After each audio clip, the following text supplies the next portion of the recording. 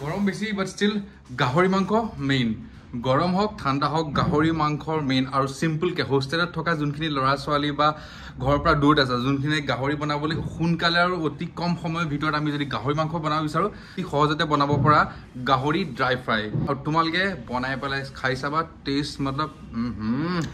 আজি মই বজাৰৰ পৰা আনিলোঁ গাহৰি মাংস আসাম ট্ৰেক্টৰ বহুতে আসাম ট্ৰেক্টৰ বুলি কয় আনি কিনি চিধা ধুই পেলাই চিধা মই বইল কৰিবলৈ গেছত উঠাই দিলোঁ তেতিয়ালৈকে মই বইল হোৱালৈকে মছলাখিনি ৰেডি কৰিলোঁ য'ত মোৰ আদাৰ পৰিমাণ কিন্তু মই বেছিকৈ দিম যিহেতু ড্ৰাই ফ্ৰাই বনিব নহৰু ৩-৪ ফুটামান দিলে হ'ব ইয়াত তিয়াই থোৱা শুকান জলকীয়া আছিলে কালাৰটোৰ কাৰণে আৰু এটা টেষ্টটো এটা ফ্লেভাৰো ভাল হয় আৰু লগতে দিলোঁ আপোনাৰ কেঁচা জলকীয়া দুটামান যদি আপুনি বেছি দিয়ে দিব পাৰে আৰু ২-ডোখৰমান বিলাহী এই গোটেইখিনি বস্তু দি পেলাই আমি মিক্সাৰটো অকণমান ঘৰকৈ ঘূৰাই দিব লাগিব কিন্তু চাবা নহৰু পৰিমাণ তিনি কম মানে যেতিয়া ড্ৰাই ফ্ৰাই বনোৱা নহৰুটো সৰহকৈ দিলে টেষ্টটো অলপ বেলেগ হৈ যায় আদা পৰিমাণ বেছি থাকিব নহৰু কম আৰু জ্বলা যেনেকুৱা খোৱা পেষ্টটো বৰ বেছি গুড়া কৰিব নালাগে অলপ মধ্যমীয়া বিতিত ৰাখিব লাগে আজি এটা নতুন পদ্ধতিত আপোনাক শিকাম হয়তো আপুনি জানিবও পাৰে এই গাহৰি মাংস যিখিনি বইল কৰিছিলোঁ তাৰ পৰা আমি অলপ চৰ্বি বাছি উলিয়াম আমি যেনেকৈ মাছৰ তেলত মাছ ভজা বুলি অসমীয়াত এষাৰ কথা আছে আজি গাহৰি তেলত আমি গাহৰি কেনেকৈ বনাই তাকে দেখাম এক বুন মিঠাতেল কা কিমত কিয়া জানো তুম মহেশ বাবু ভালকৰ ওচৰত যি কেৰাহী থাকে তাতে বনালেও হৈ যাব যদি নন ষ্টিক থাকে ভাল কথা মই কিন্তু মাটি কেৰাহীত বনাই ভাল পাওঁ কোনো ধৰণৰ আমি তেল ব্যৱহাৰ নকৰোঁ বাস নিমখত ফ্ৰাই কৰিম এই এনেকৈ হাতখন দি চাব যদি অলপ গৰম ভাৱটো আহিছে মানে গৰম হোৱা ফিল কৰিছে তেতিয়া সোৱাদ অনুসৰি আপুনি ওম মংগলম স্বাহা বুলি কৈ পেলাই নিমখ সোৱাদ অনুসৰি ধুনীয়াকৈ ছেটিয়াই দিব আপুনি এনেকৈ হিলাই থাকিব অলপ ৰঙচুৱা হ'ব লাগিব দেখিব পাইছে নিমখটো এতিয়া ব্ৰাউন কালাৰলৈ পৰিণিত হৈছে একদম ব্ৰাউনিছ টাইপৰ কালাৰ এটা আহিছে এতিয়া আমি কি কৰিম আমি মাংসৰ পৰা উলিয়াই থোৱা তেলখিনি এইখিনি তেলখিনি এই নিমখটোত দি দিম মানে আমি তেল ব্যৱহাৰ ইয়াত নকৰোঁ ইয়াৰ পৰাই তেল ওলাব অসমীয়া দেখাৰ কথা আছে না যি মাছৰ তেলত মাছ ভজা এই গাহৰি তেলত আজি গাহৰি ভাজিম আমি দেখিছে অলপ দেৰি তেলত দিয়াৰ পিছত মানে ধৰি লওক গাহৰিটো এনেকৈ তেল পুৰা ওলাই গৈছে অলপ দেৰি দিয়াৰ পাছতে কেঁচা জলকীয়া কেইটামান জ্বলা নিজৰ সোৱাদ অনুসৰি দিব কেঁচা জলকীয়া দিয়াৰ পাছত আপুনি যেতিয়া দেখিছে কেঁচা জলকীয়াটো অলপ ফ্ৰাই হৈ গৈছে তেতিয়া আপুনি বইল কৰি থোৱা গাহৰিখিনি ধুনীয়াকৈ তাত একদম কেৰাহীখনত একদম দি দিয়ক দিয়াৰ পিছত যিটো চেকে চাউণ্ড আহিব আপোনাৰ শুনি ভাল লাগিব এটা স্মেল আহিব এইটো শুঙি ভাল লাগিব তোমালোকৰ কাৰণে এটা চিম্পল গাহৰি ড্ৰাই ফ্ৰাই ৰেচিপি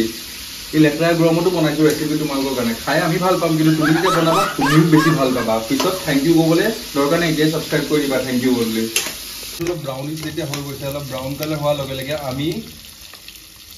কাটি থোৱা বিলাহীখিনি অকণমান এনেকৈ ডাঙৰ ডাঙৰকৈ কাটিব বেছি বিলাহী নালাগে এটা বিলাহী দিলে হৈ যাব বিলাহী ফ্লেভাৰটোৰ কাৰণে লৈছোঁ আৰু অলপ আমি ল' ফ্লেমত ইউজ কৰিম বস্তুটো ফ্লেমটো অলপ ল' থাকিলে বেছি ভাল হ'ব নহ'লে তেলখিনি গোটেই ওলাই আহিব ৰেডি কৰি থোৱা যোনটো পেষ্ট আছিলে আমি আদা নহৰু জলকীয়া আৰু যোনটো এনেকৈ পেষ্ট বনাই প্ৰথমতে দেখাইছোঁ সেইটো আমি দিম এতিয়া যোনটো আমি মছলা আপোনাক দেখাইছিলোঁ প্ৰথমতে পিচিছিলোঁ খুন্দিছিলোঁ তাক ৰগৰি পেলাইছিলোঁ সেইটো 5-6 মিনিট মাংসটো ফ্ৰাই কৰাৰ পিছত দিব ইয়াত যোনটো মছলা আছিলে আপোনাৰ আদাৰ পৰিমাণটো বেছি আছিলে কাৰণ আদাৰহে মেইন ফ্লেভাৰ নহৰু দিব পাৰে ধৰি লওক মই যেনেকৈ 2 ফুটা বা 3 ফুটাহে দিছোঁ আদা মেইন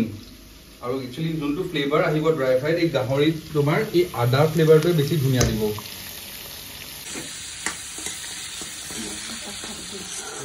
এনেকৈ মছলাটো দিয়াৰ পিছত ল' ফ্লেমত আমি ৰাখি ল'লোঁ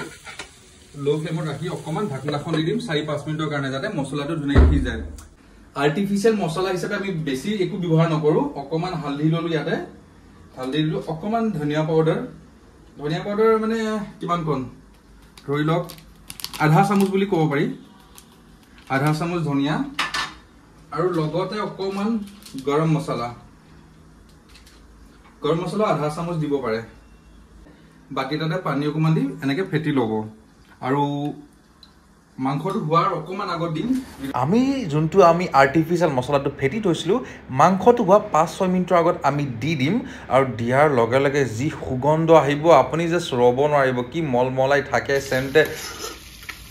লাষ্টত ইয়াত অকণমান আমি কেঁচা পিঁয়াজ ইয়াতে ব্যৱহাৰ কৰিছোঁ একদম ফিনিচিং টাইমত ইয়াত নমাব হৈছে আৰু যদি আপুনি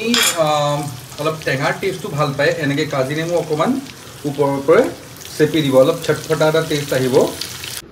কাম কৰক সোনকালে যাওক বটলটা লওক মানে ঠাণ্ডা পানী বটলটা আনিব কৈছোঁ আপুনি মাংস কালাৰি যে লাল পিলা হাৰা একদম মজাত চাকনা নহয় যিহৰ লগতে খায় আপুনি ৰুটি ভাত দালি যি লৈ লওক